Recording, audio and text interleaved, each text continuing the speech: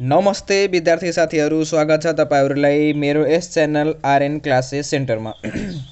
आजको यस भिडियो अन्तर्गत हामीले time value of money unit 10 class 11 को फर्स्ट क्वेशन गर्न गइरहेको छौं। अस्तिसम्म हामी अरु भिडियोहरुमा हामी के गरेको थियौं, टाइम भ्यालु अफ मनी सँग रिलेटेड नोटहरु लेखेको थियौं। जस्तै म देखाइदिन्छु तपाईहरुलाई। जस्तै हामी यहाँ के गरेको थियौं, फ्युचर भ्यालु कसरी निकालिन्छ, फ्युचर भ्यालुको फर्मुला आदि कुरा गरेको थियौं। त्यसपछि प्रेजेन्ट भ्यालुको फर्मुला, त्यसपछि अरु फ्युचर भ्यालु अफ अर्डिनरी एन्युटीहरुको आदि कुराहरु हामीले गरेको थियौं। त आज हामी के गर्छौं, आज हामी यो क्वेशन सल्भ गर्छौं। यो क्वेशन आज हामी सल्भ गर्छौं। ठीक छ, यो क्वेशन आज हामी सल्भ गर्छौं। यसमा के भनिरहेछ,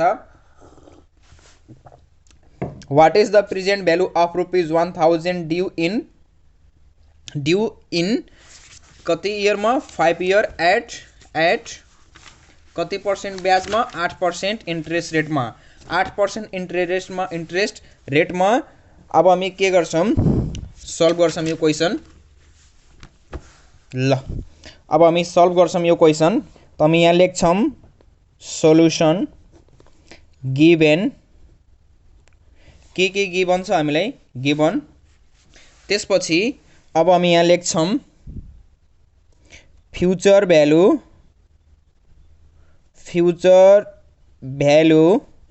एफभी इक्वल टू ₹1000। यो फ्युचर भ्यालु कसरी भयो, किनकि यहाँ what is the present value सोधिरहेको छ। प्रेजेन्ट भ्यालु सोध्यो भने यसको फ्युचर भ्यालु दिएको छ। Time period n equal to 5 years. त्यसपछि इंटरेस्ट रेट म यहाँ आई लेख्छु, के पनि लेख्न सकिन्छ, यसलाई के पनि लेख्न मिल्छ, आई पनि लेख्न मिल्छ। अब हामीले के सोधिरहेछ, present value PV equal to what, यो हामीलाई सोधेको। अब हामी के गर्छौं, नाउ we know that हामीले के थाहा छ, प्रेजेन्ट भ्यालु को फर्मुला के हुन्छ, PV equal to FV upon 1 plus I power N. यो भयो हाम्रो प्रेजेन्ट भ्यालु को फर्मुला हो, PV upon 1 plus I power N. त अब हामी के गर्छौं, पीबी इक्वल टू कति छ, 1000 छ।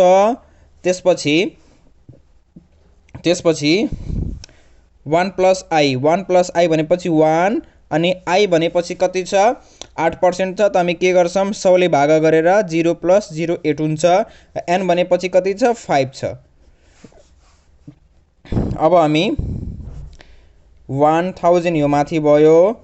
अब हामी के गर्छौं, 1 प्लस यो कति हुन्छ, 1 प्लस 08 हुन्छ, जोडेर पावर 5 रह्यो। अब हामी के गर्छौं, यसको भ्यालु निकालौं। यसको भ्यालु अब हामी निकाल्छौं।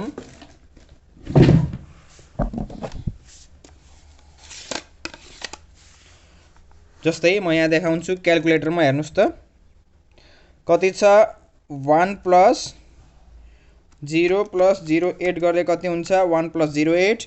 यसको पावर ल्याउनको लागि यो बटन थिच्ने, XY पावर कति छ, पावर छ 5 थिचे कति आयो, 1.469 1.469 आछ हैन, 693 आछ। कति मिस्टेक हुन्छ, 1000 भयो यो डिवाइड बाई 1.4693। अब हामी के गर्छौं, भाग गर्छौं, 1000 डिवाइड बाई 1.4693 कति आउँछ, ₹680.60। यो हाम्रो एन्सर भयो। यो हाम्रो के हो, प्रेजेन्ट भ्यालु हो। प्रेजेन्ट भ्यालु हाम्रो यो हो। यसरी हामी प्रेजेन्ट भ्यालु निकाल्न सक्छौं। सक्छौं फ्युचर भ्यालुको मार्फत। अब हामी अर्को क्वेशनतिर जान्छौं। हामी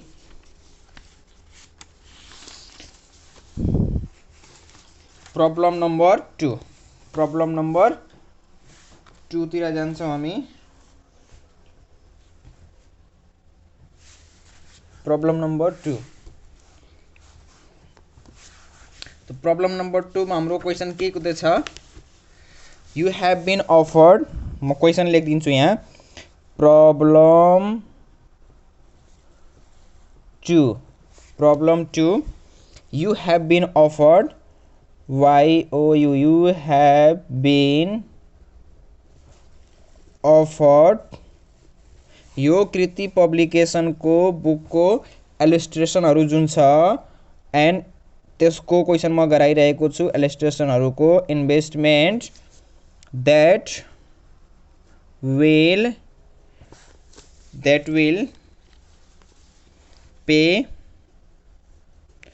will pay 9% per year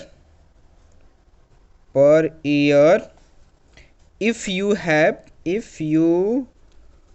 invest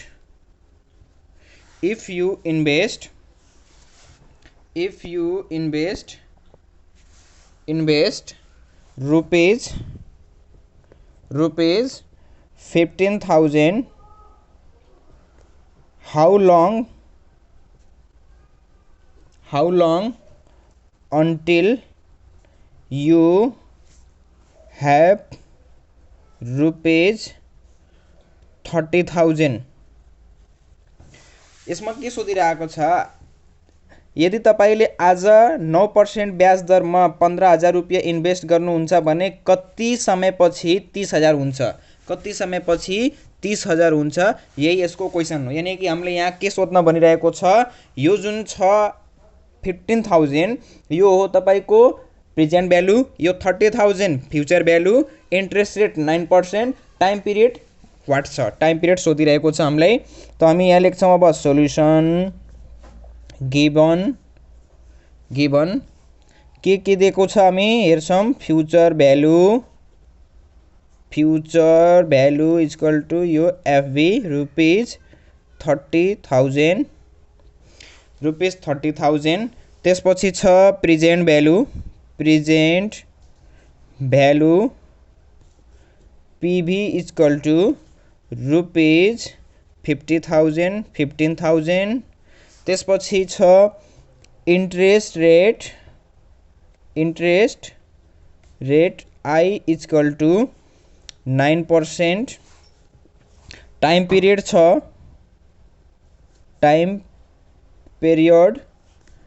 an equal to what.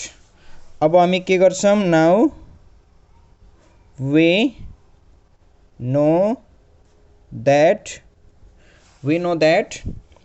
PB को फर्मुला लगाएर हामी गर्छौं।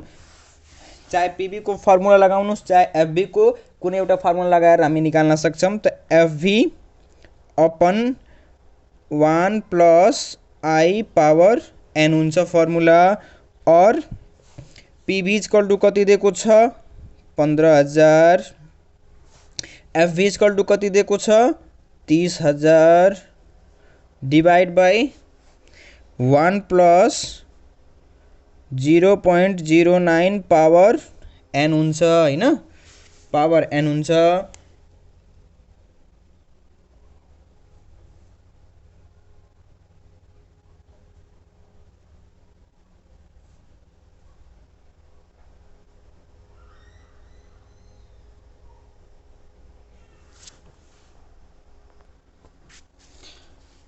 यो भयो हैन, फर्मुला हामी पुट गऱ्यौं। त्यसपछि अब हामी के गर्छौं,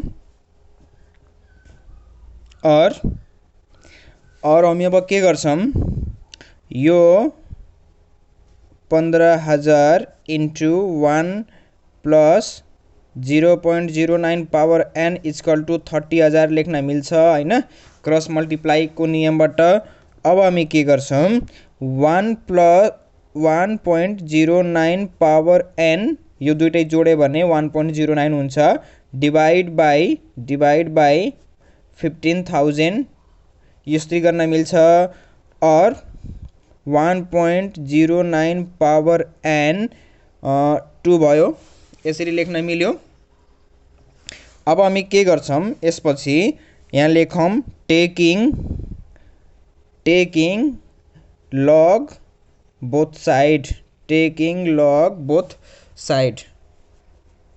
साइड। अब हामी के गर्छौँ, यो लग हामी बोथ साइड गऱ्यो भने के हुन्छ, n log 1.09 log 2 यो भयो। अब हामी निकाल्न छ n को भ्यालु, त log 2 डिवाइड बाई log 1.09 यो भयो। n को फर्मुला भनिरहेको छु यो भयो।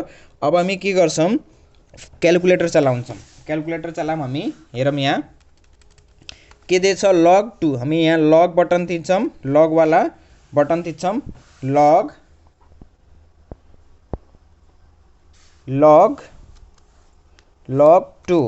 2 गरेँ, जति आयो डिवाइड बाई, अब कति डिवाइड बाई गर्न छ, log 1.09, अब कति आयो, n इक्वल टू 8.04 इयर्स, 8 वर्ष भयो। यसरी हामी निकाल्न सक्छौँ टाइम पिरियड, यसरी हामी टाइम पिरियड निकाल्न सक्छौँ हैन।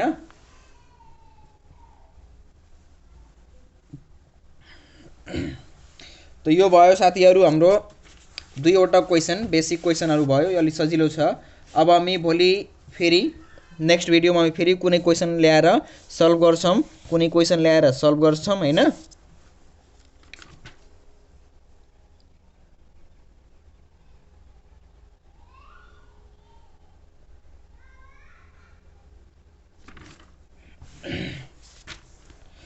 यो क्वेशन के को थियो, यो टाइम पिरियड पत्ता लगाउने थियो। यसमा हामी टाइम पिरियड गऱ्यौं र क्वेशन फर्स्टमा हामी के गऱ्यौं कि प्रेजेन्ट भ्यालु कसरी निकाल्ने, फ्युचर भ्यालु दिएको छ, प्रेजेन्ट भ्यालु कसरी निकाल्ने त्यो भयो। अब हामी फेरि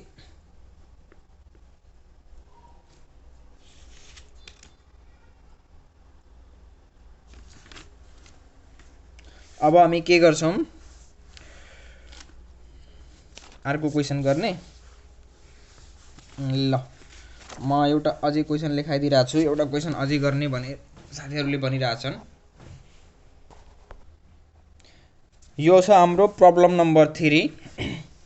यसमा के दिएको छ, प्रब्लम नम्बर 3 मा on January 1 Ram wishes to borrow 10,000 for 3 years. A group of individual agrees to lend him this amount of the contract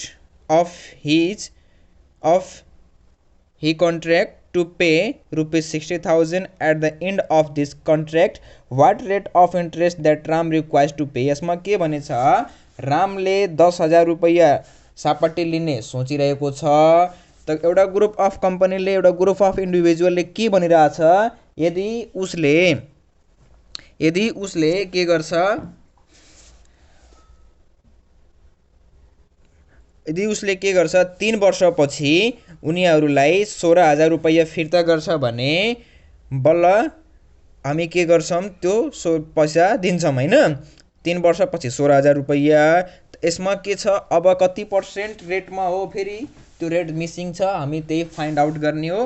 हामी के फाइन्ड आउट गर्ने हो, यसमा रेट फाइन्ड आउट गर्ने हो। त हामी यहाँ लेख्छौं सल्युसन। गिवन के छ, हामी गिवन लेख्यौं। गिवन के हामीलाई क्वेशनले दिएको छ, क्वेशनले हामीलाई दिएको छ present value PV equal to rupees, PV कति छ 10,000।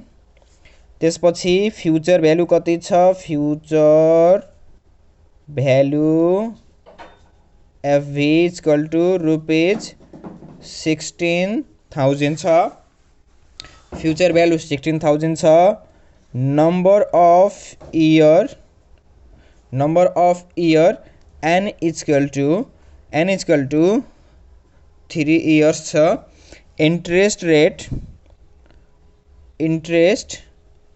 Rate I equal to missing छ। यही हामीले फाइन्ड आउट गर्न छ इन्ट्रेस्ट रेट। त now we know that PB equal to FV upon 1 plus I. यसमा हामी चाहे PB को फर्मुला लगाम चाहे FB को, दुईटै मध्ये कुनै एउटा फर्मुला लगाएर गर्न सकिन्छ। और PB equal to 10,000, PB equal to 10,000, FV equal to 16,000, 1 plus i भनेपछि कति पर्सेन्ट हो, त्यही मिसिङ छ, पावर 3। अब हामी के गर्छौं,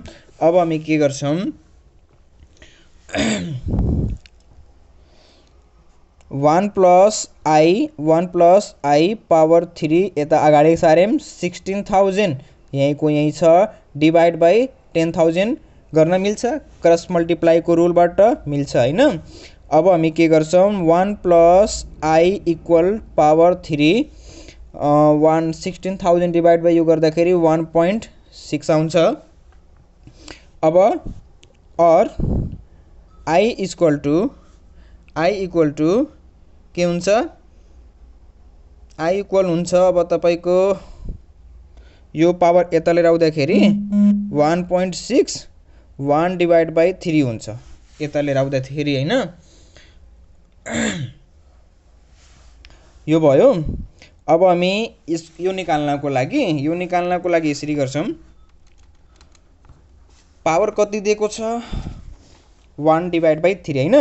त हामी के गर्छौं 1.6 यो पावर वाला button bracket 1 divide by 3 bracket close गर्छौं, कति आयो यो भयो हैन। ए यो छुटे रहेछ है त, यो भयो। त यो यता लिएर आउँदाखेरि के भयो, पावरलाई डिभाइड बाई 1/3 हुन्छ हैन। अब यसको भ्यालु कति आएको छ 1.1696 यो आयो। त 1 प्लस आई, अब हम निकाल्न के छ आई, त आई इक्वल टू के हुन्छ 1.696 माइनस 1, यो 1 यता ल्याएर पठाउँदाखेरि यो यता पठाउँदाखेरि -1 भइहाल्यो।